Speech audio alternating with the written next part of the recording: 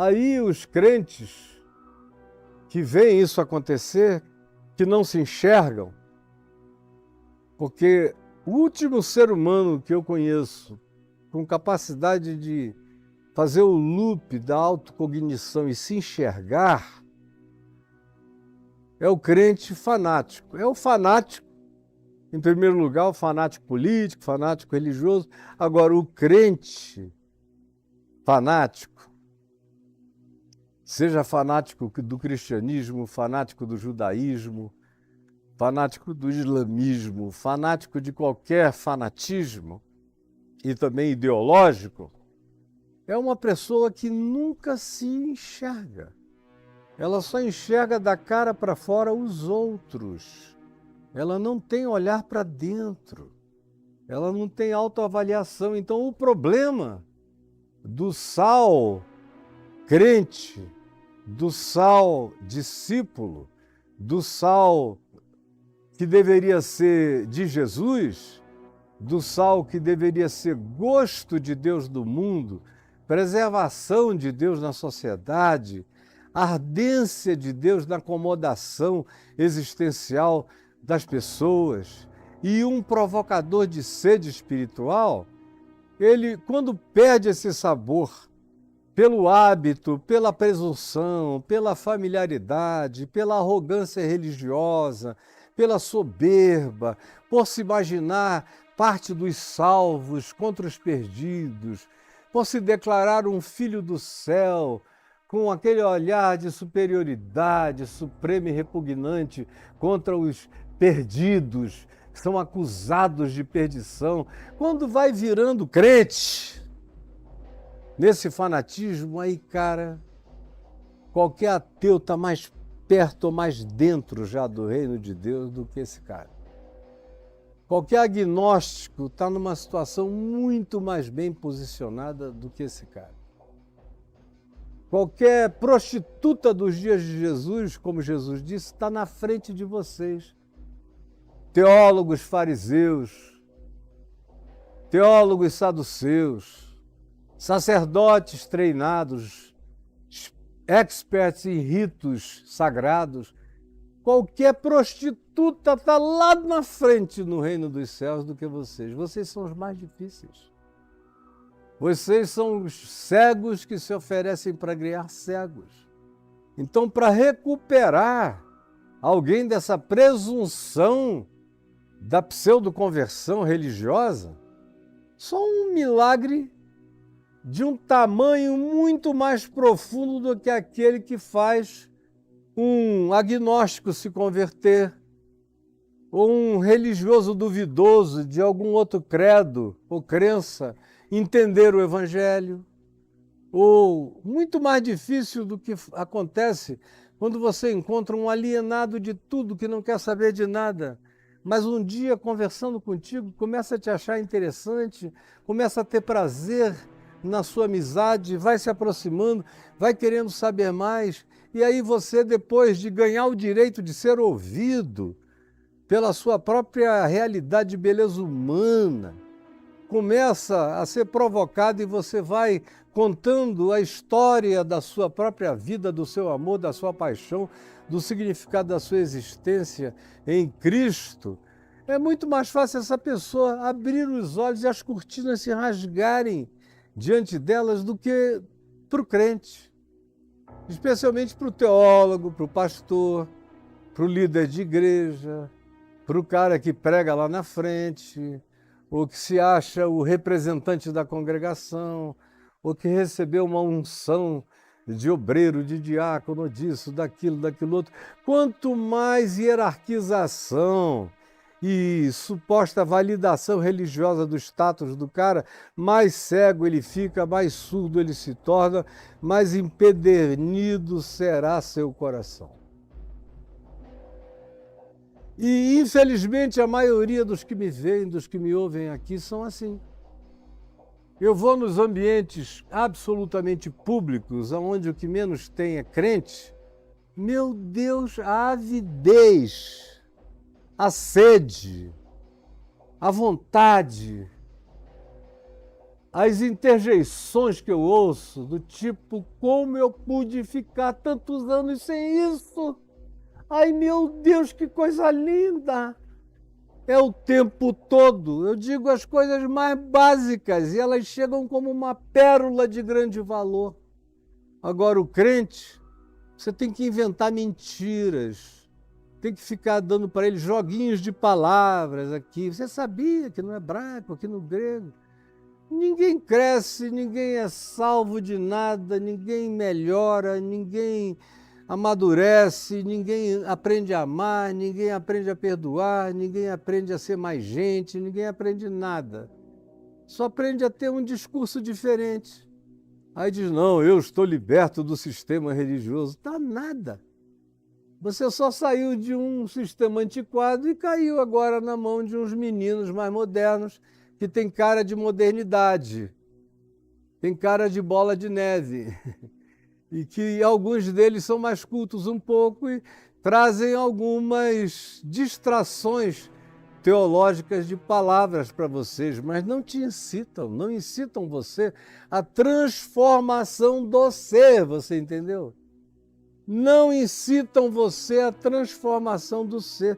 Não tem aquela coragem de virar-se para o maior teólogo, um dos maiores da época, que era Nicodemos, quando veio a Jesus, e dizer, rapaz, tu és mestre em Israel, tu és um dos principais teólogos, hermeneutas, exegetas, um dos homens mais cultos de Israel, da igreja, do sinédrio, e tu não compreendes o significado real do que seja nascer de novo.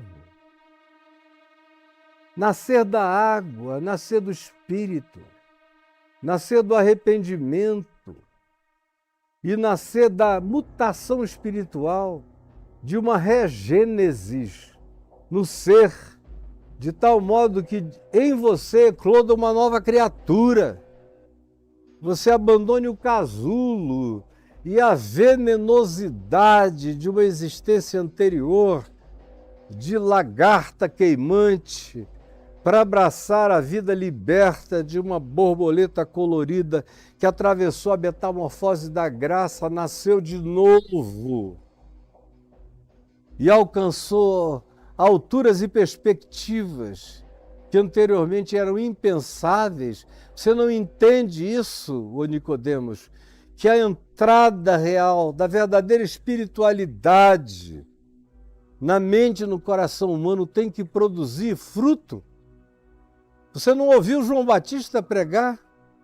Quando os religiosos foram lá cheios de piedade maquiada, com aquela carinha de santarados, e ele disse, não venham para cá me dizendo que nós somos filhos de Abraão, que sabemos a Torá de cor, ou qualquer outra coisa, porque em verdade eu vos digo que Deus pode suscitar dessas pedras, Ele pode suscitar filhos a Abraão, dessas pedras, Deus pode suscitar filhos a Abraão.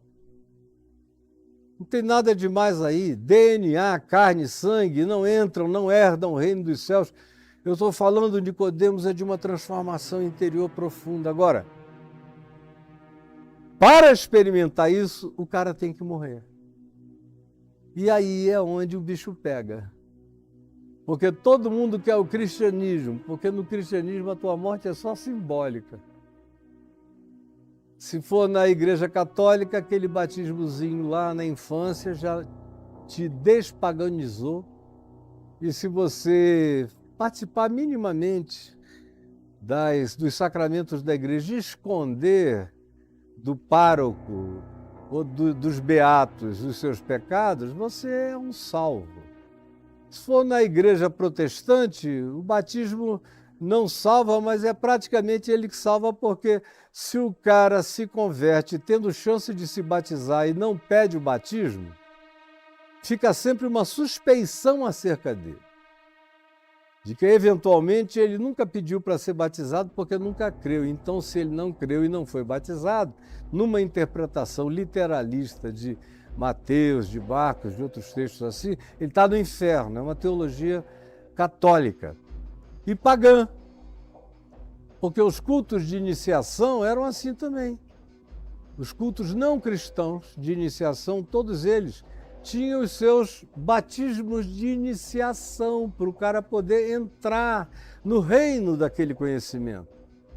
Qualquer filosofia que tivesse um pouco mais de raiz de natureza fanatizante em si própria, tinha também os seus ritos de iniciação. E transferiram isso para dentro do cristianismo. E na igreja pentecostal, o indivíduo que não foi mergulhado nas águas não foi sepultado com Cristo. Então, se ele for mergulhado, derem aquele caldo nele, aquele banho, e for tirado ali da água, e plá, tirarem o cara de lá, o que acontece é que ele é considerado daí em diante morto em Cristo Jesus. E aí teve brigas enormes entre presbiterianos que batizam por aspersão, batistas que batizam por imersão. Se dividiram séculos por causa do significado do batismo em termos de quantidade de água, como se isso alterasse o resultado de qualquer coisa. E aquele malfeitor do lado de Jesus na cruz, Jesus disse: hoje mesmo estarás comigo no paraíso, e não pediu a ninguém para colocar uma escada e jogar pelo menos um pouquinho de água na cabeça dele. Nem vivo e nem morto. Porque batismo é importante para mim, para você e para a sociedade que testemunha o meu ato, o meu gesto, a minha fé.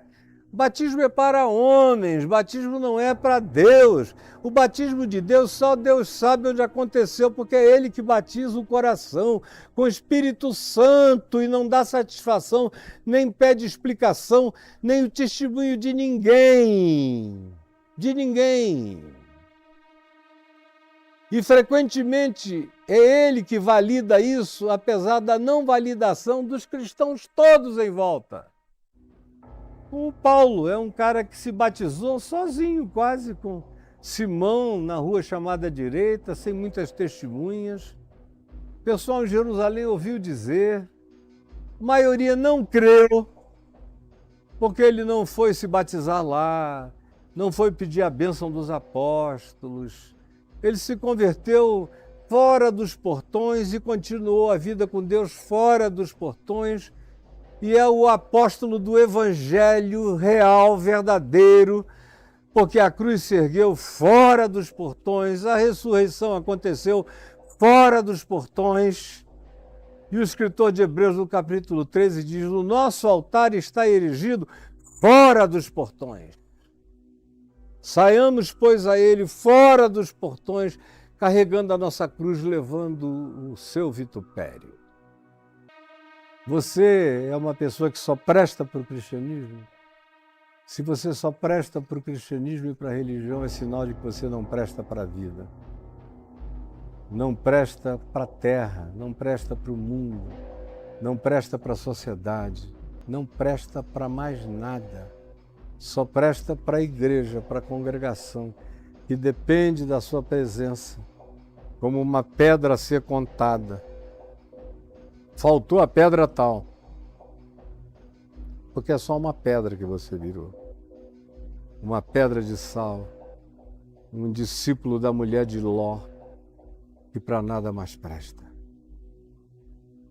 Senão para ser pisado, pisado, pisado. Aí ficam dizendo: estão me perseguindo. Você não pode ter um pingo de poder, que você é o perseguidor dos perseguidores, você é pior do que os piores. Quando o pessoal começa a sentir que dá para ficar livre de você, eles tentam mesmo. Quando eles acham que dá para fechar a porta para que você não entre, eles fecham mesmo. Se der para evitar sua presença, eles evitam mesmo. Porque você, do ponto de vista de Deus, não presta para mais nada. Do ponto de vista de Jesus, chega ao ponto de que ele diz: eu não sei nem o que você é, nem quem você é.